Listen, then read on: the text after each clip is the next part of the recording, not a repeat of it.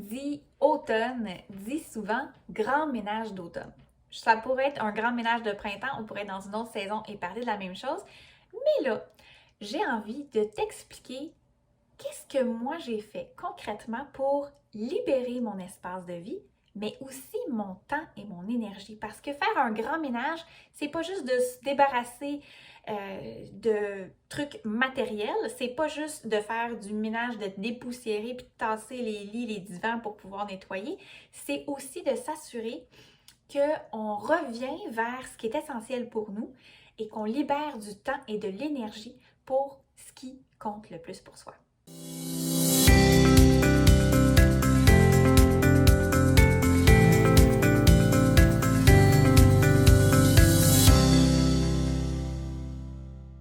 Je vais commencer par te parler du tri d'objets, du tri matériel. Donc, il faut savoir que j'ai quand même une garde-robe assez minimaliste et de façon quotidienne, en fait, en temps normal, dès que je porte plus un vêtement ou dès qu'il y a quelque chose qui me fait plus ou que je n'ai plus besoin, je le mets de côté dans un sac à donner ou dans des catégories que je pourrais revendre, par exemple, quand c'est des objets qui sont plus de valeur. Donc ça, c'est un tri que je fais de façon automatique au quotidien. J'ai pas vraiment besoin de le faire à l'automne et au printemps parce que je le fais de façon quotidienne. Donc, j'ai repensé ma décoration, notre garde-robe, les chambres des enfants. J'ai vraiment fait un grand tri et j'ai mis à vendre sur les réseaux sociaux, là, puis différentes plateformes, les objets qui étaient plus de valeur ou qui étaient peut-être en meilleur état, qui pouvaient convenir à d'autres personnes.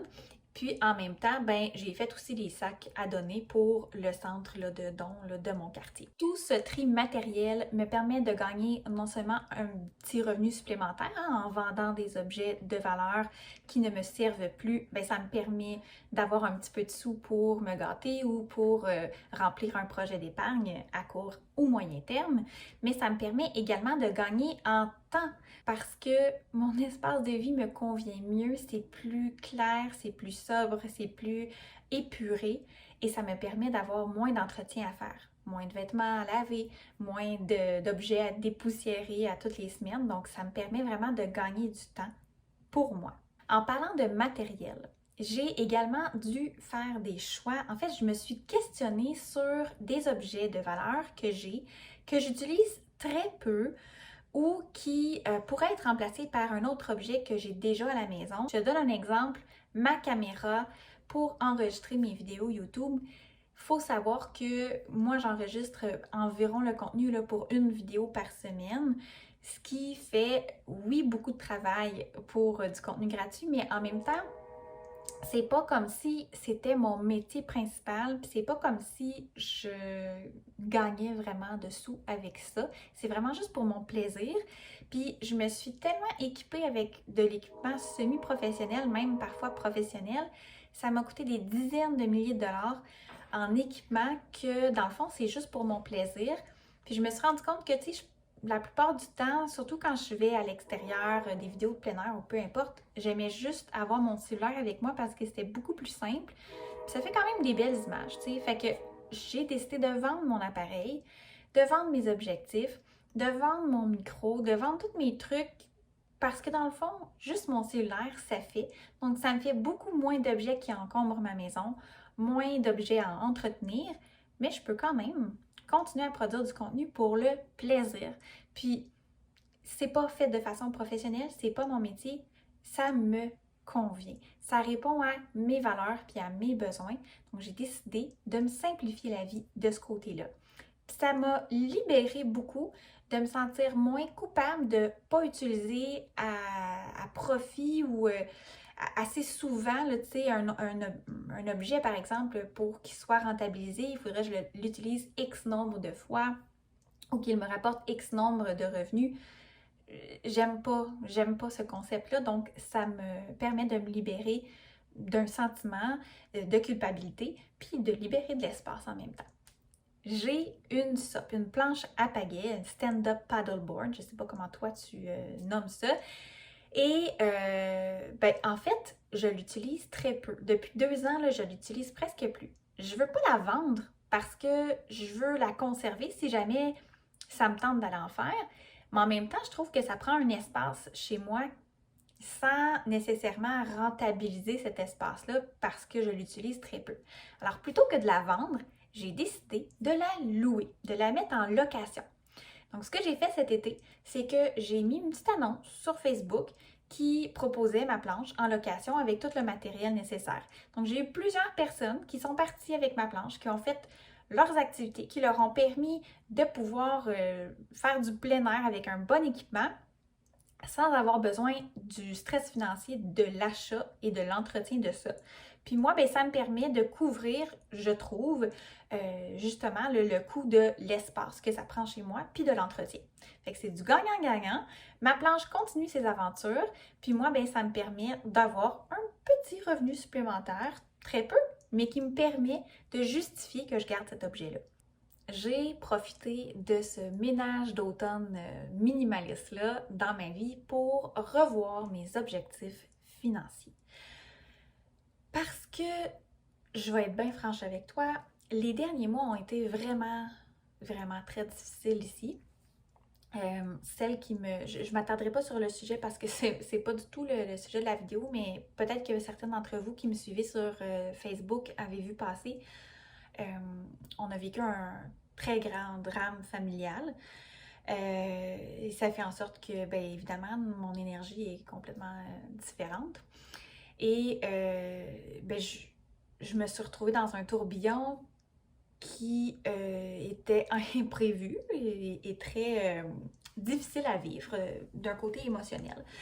Fait que ça fait en sorte, ce que j'ai observé en fait par rapport à mes objectifs, c'est que j'ai eu tendance à vouloir compenser ce grand vide-là, ce grand drame-là émotionnel en achetant. Je me suis mis à m'acheter des vêtements, chose que je faisais très rarement au quotidien. En fait, je vais m'acheter des vêtements quand j'en ai besoin, quand j'ai besoin de remplacer certains morceaux, mais là, je me suis mis à magasiner, genre magasiner en ligne sur des applications puis me faire venir du linge juste parce que je le trouve beau. J'ai jamais fait ça de ma vie. Tu sais, c'est ça.